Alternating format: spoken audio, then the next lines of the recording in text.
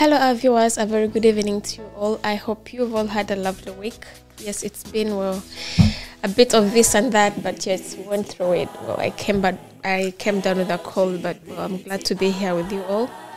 And thank you for tuning in. Thank you for liking Out and Proud. Thank you for liking our videos. And if it is your first time, this is Out and Proud Conversations. This is a platform where we hear from our brothers and sisters from Africa who are part of the LGBT community. We share their stories, and yes, we share news from all over the world, and especially from African countries about the LGBT community. Today, I have a few friends with me from Kenya, and they're going to be sharing with us what's happening in Kenya, and yet their experiences as well. And not to forget, if it is your first time to tune in, do not forget to like, share, and subscribe, and click on that bell icon for whenever we are tuned in. Thank you so much for joining us. Please introduce yourself, sir.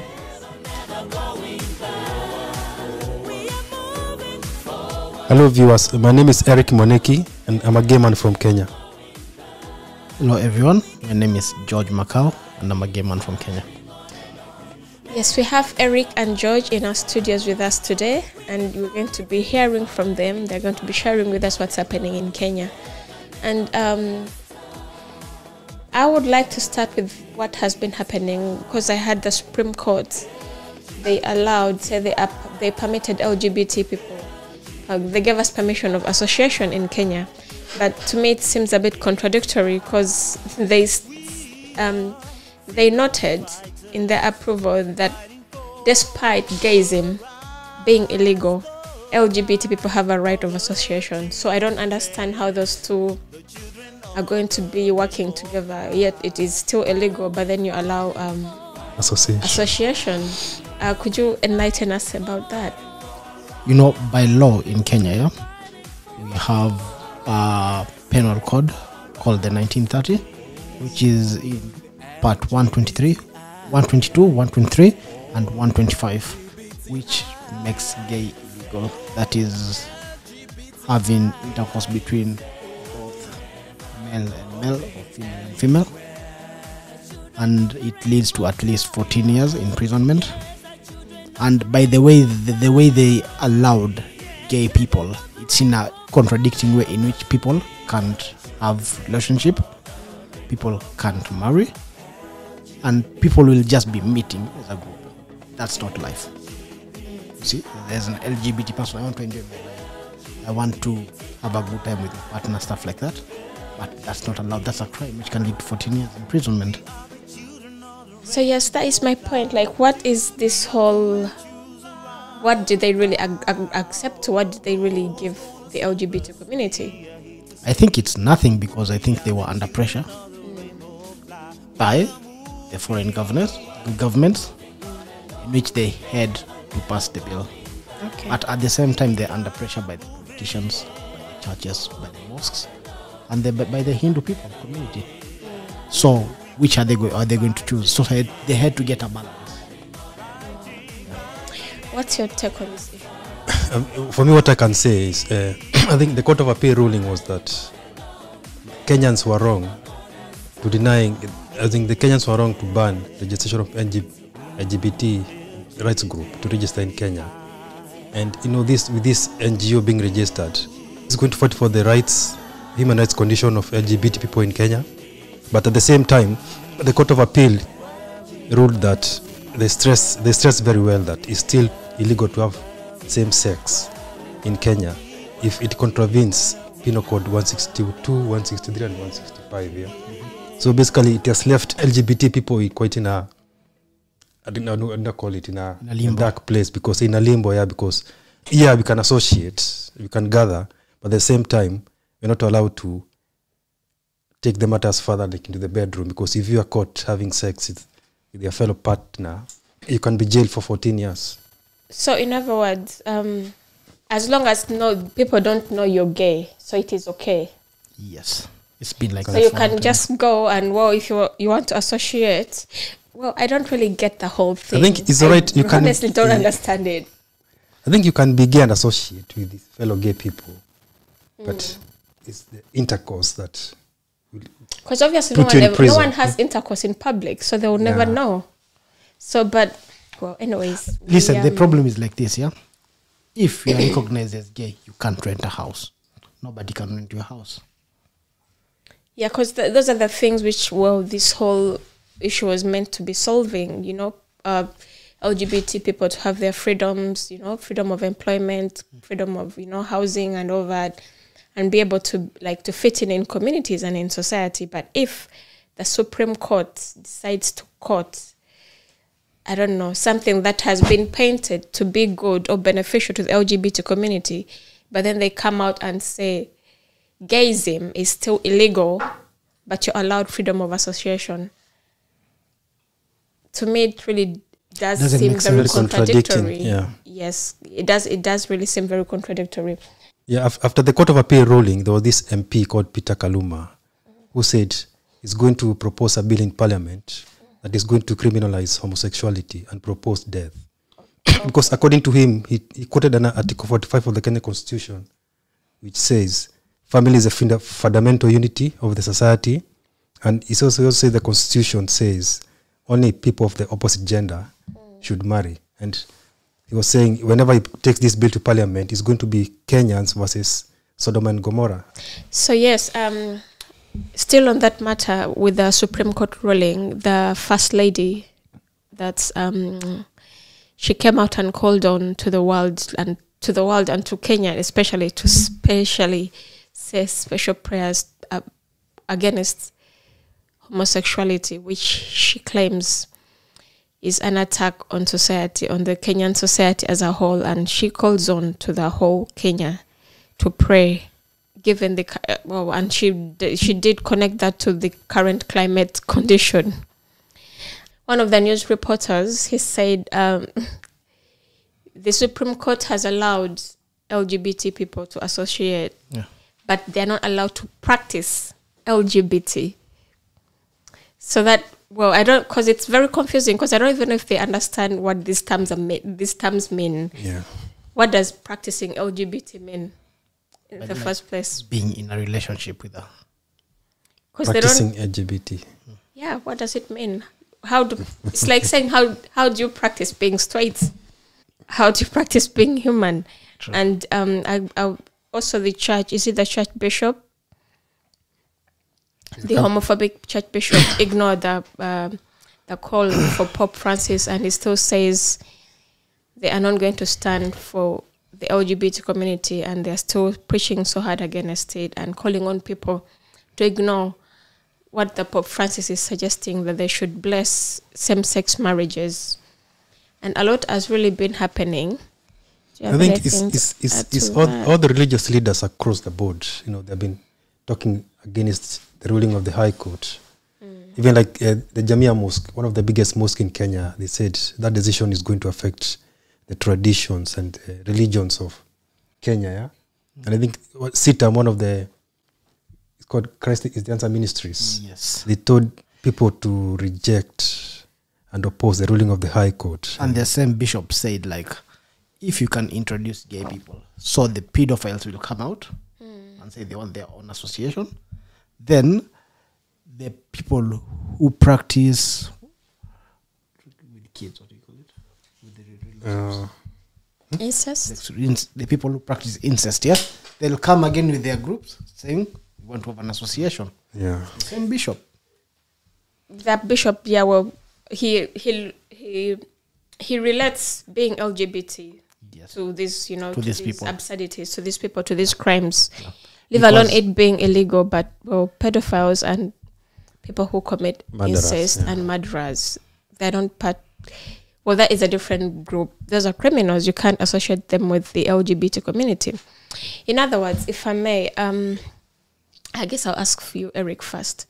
How do you think, what is your opinion, your opinion as a gay man from Kenya, and Kenya coming out, of course, it's always been a homophobic country, but the president, the church, and, the Supreme Court coming out and, putting this to light, kind of legalizing the homophobia that has already been happening in society. What's your take on that? I would say it has created a very dangerous situation for any LGBT person in Kenya. Because for me, normally as a gay man now in Kenya, I'd be very scared of my life. Because at the moment, you've got the president, the religious leaders, the musicians, all coming against fighting this Supreme Court ruling, which is a big shame because all this fight has been going on for the last 10 years. In order for the government to allow Eric Gitari to register an LGBT rights group to fight for our rights in Kenya. So it will make it very hard for me as a Kenyan gay man to live in Kenya peacefully and be able to exercise, show my love. I can't be able to be who I am in Kenya at the moment with the situation the way things are. Okay. Yeah. And what's your take on that? For me, I think the ruling of the Supreme Court, it causes like proper homophobia. Why? The church. People are talking bad about the LGBT group. When you go to the Muslim community, the same thing. And the Hindu community in Kenya, the same thing. So they all come together. So by that, they create a lot of homophobia in the people. And by that, they start targeting the LGBT groups because they see them as people who are trying to influence this kind of culture back in Kenya. And they are the ones, what they think is like LGBT has a lot of money. So they are paying money for these laws to be passed in countries. Okay. Like, for example, I can give you a story that is going on back home. It was a coincidence, Jill Biden, that's the wife of President Biden in America, Yes. She was coming to Kenya. So a day before she arrived, that's when the rule was passed. And when she arrived, she awarded the president 16 billion. Wow. That's for the aid. You see? So people thought this was part of the bribe, so this bill can be passed. And that has caused, because some of the MPs, they are saying this is part of the issue, why it was passed, because the previous president, they didn't pass it. Okay. Why is this president passing it? Why? Because it's been bribed. Yes, I've seen something when something was trending on TikTok today. They're saying like African leaders, you should return the fund from the Western world, so that they won't pressurize you to to accept the LGBT community and the LGBT people. So many people, a majority of people, not only actually the common people in society, but it is very sad that even with the politicians, like people who you'd say would be like of status, they're still coming up to say such things. Well, it is such a shame. It's dangerous. It's very dangerous I can imagine the people that are living on the ground. Some of them can't come out. Why? Because of the fear. We've seen most of the people that come out in Kenya. What do they end up? They end up dead. They're killed by the mobs.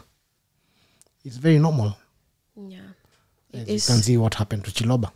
It's very normal. So people avoid from coming out, and the people who are out, they're all in hiding. Would you tell us what your life was like back home in Kenya? Were you in such circumstances back home in Kenya? I think it was impossible because it was seen as a taboo. When you go to churches, in terms if there is a drought or anything, they used to blame the gay people. The priests or let's say the MPs, if they want votes, they'll talk about it so they can gather the people because they know that's a taboo within the community. So it made it so impossible for people to come out. Okay. How about you, Eric? Okay, for me, I would say I realized I was attracted to boys at the age of 13, and then at the age of 15, that's when I realized I was gay. But you live in a society where everybody expects you to be straight. So you have to hide your desires or your sexual orientation in order to fit with the community and your friends. So it was very hard to come out because it's a very conservative society. So and you know very well nobody's gonna accept you for who you are. So people tend to hide, and whatever you do, you do it in a private, in a secretive way. You can't be able to express your feelings or be who you are. So I don't think it has changed any much even up to now.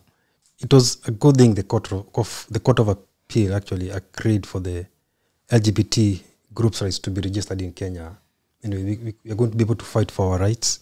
But on the other hand, the politicians and the religious leaders have taken it and show it in a negative way, where now Kenyans now are coming in numbers up against it because they've been told this. An African, gay people are satanics. One of the vice presidents said that, So I don't think it's going to make a much big difference, because for me personally, I think the problem is the society. We can have the best laws in the world, but as if the society mentality doesn't change, nothing will ever change. People say it's an African culture not to have LGBTI, yeah? Yes. We know when the colonizers came to Africa, they are the ones who came with the law. Nothing was known like gay or LGBTI in Africa. People used to roam around, like for example, some of the communities back home in Kenya, yeah? Men were secluded from the women until they circumcised, then they are turned from boys to men, and then they're allowed to marry. So by that time, men used to hang around men together with their grandfathers and uncles, yeah, to be educated about life. And women used to hang around their aunties and their mothers to be educated about marriage and stuff like that. So during that time, the things that used to happen, we may not know. That's why I normally think, like, for the colonizers to come to Africa and pass this law, it meant that they saw something in Africa that they didn't like, because this law has been in Europe since the 15th century, especially in Britain. I think it was the Henry VIII that passed this law against the gay people. So they have been having these laws for a long time. Yeah, as Africans, we never had them. But when they came to Africa, they must have seen something that Africans were doing that they didn't like. So hence they passed these laws. And it was always associated with the church for some strange reason. Yeah. Be it in Europe, be it or even in African societies. Well, especially gay and lesbian is a lot. It prevails a lot in Catholic church, because there's all the single boys and and the women, priests. The way they separate them and all that. Anyways, what message do you have for people back home, especially people of the LGBT community? I think at this time, people are demonstrating big time. The only thing I can tell them, stay low, just look after yourself. Don't come out, don't show it off yourself, because you won't survive. For me, what I can say is it has taken us 10 years to have this Supreme Court decision finally in our favor, so that we can register our own LGBT rights. I'm not saying it's going to happen tomorrow or the next day, but if we keep fighting and persevering, I know it's not easy, but we shouldn't just be scared by the demonstrations and the politicians, whatever they say. We should be proud of ourselves and fight for what we believe is right for us. I think we at the end of the day, we're going to have the results we need. Okay. Yes. I see you guys have been trending this week from the Commonwealth demonstration, which took place on Monday, which you were a part of, and I've seen you have over 1 million followers, views. People have seen, I was checking the organization platforms, and not a lot of good is happening down there. Of course, we have supporters and well-wishers, but there's a lot of negativity going on. Have you guys experienced anything like that? Yes, we have, and to be honest, it's not comforting. Yeah, I've also got some calls and messages from friends and relatives who have seen the video. And but at the end of the day, just have to say I have to voice my opinion and fight for the voiceless, especially people back home in Kenya. Yeah, so it's been a heated discussion with some people. Some people don't get it, and so some people, they're just coming to know it now. But I was happy to be in the demonstration and get my voice heard, for the voiceless. Yeah. Did the people who did your families know about your sexuality? Now they know. Now they know. How are they taking it? Some of my family, they knew, but some of them back home, they didn't know. Now they know, and I've been receiving calls and things that I can't explain. And sometimes the way they speak to me, I just have to ignore their calls. Yeah. It's really saddening. On that bit. But then again, it's good that you guys, you've come out and said your piece and spoke to, you're able to live the lives you want to live. You're in a position where you can be who you are. You can express yourselves and maybe be a voice, like you said, for those who are not in position to say anything about this unfairness that's happening in our African countries. Now, today back home in Kenya, I would like you to send a message to the MP, to the bishop, to the first lady, and all the homophobic people down there. And if you please do it in your home language. So we don't want excuses. We don't want them to say, oh, we didn't understand. We just want to be heard. My name is George Makau. I live in London. Ongea Kiswahili. Okay. Kwa jina langu naitwa George Makau. Naishi London. Na mimi ni msenge venye mnaniita. So Kenya nawaambia ni sisi ni binadamu kama wewe na tunaishi kama wewe na tunatoa damu kama wewe. So venye mnafanya watu waishi nyumbani kwa kujificha na kwa maisha ngumu si vizuri. Tafadhali naomba uache hizi maneno mnasema about LGBT people. Tafadhali wacha watu waishi na amani na wacha watu waishi maisha yao. Naitwa Eric Moneki na mimi ni gay man kutoka Kenya. Nataka kuomba rais wetu Mr. Ruto, the first lady na Peter Kaluma, mwache kueneza chuki kwa watu wa LGBT. Sisi pia ni binadamu, tunafaa kuishi maisha yetu, tunafaa kuishi na raha. Tafadhalini hii mambo yote ya chuki, uchokozi, watu wanapigwa bure sababu ile maneno mnaongea kwa public. Naomba tafadhali muache na watu wote wapendane na tuishi kama wa Kenya. Nchi moja iendelee kama wa Kenya. Asante. Asante sana. Trying to say it in our home languages so that everyone can hear, can listen, and can understand. We are trying to pass on the message to the next brother, to the next sister. We are trying to work together to create change. There is a lot of homophobia still going on, and we are here to share with you what's happening and to make a move. This is our first stop. We're trying to make, this is our efforts. We're using our best effort right now, and we're trying to pass on a message to people back home. Yes, we know you are there. We are also here, and we know we are part of society. We do exist. No matter what they say, we are part of the society. We are part of communities, and we are part of this world. We are Kenyan, we're Ugandan, we're Nigerian, we're South African. From everywhere. We are all around Africa, and yet we shall remain. So we don't need to be accepted, but then we are just here. We do exist. Thank you so much for joining us, everyone. This is Out and Proud, OPAL, an African charity LGBTI organization. And we are always tuned in here on Fridays to share conversations with you and stories and what is happening in African countries in the LGBT community. Thank you so much for joining us. If it is your first time to join us, do not forget to like, share, and subscribe, and click on the bell icon for notifications whenever we are tuned in. Yes, you are all welcome. Come and join us. Come and feel the good vibes. Come and share with us in enjoyments. And yeah. Thank you. Bye.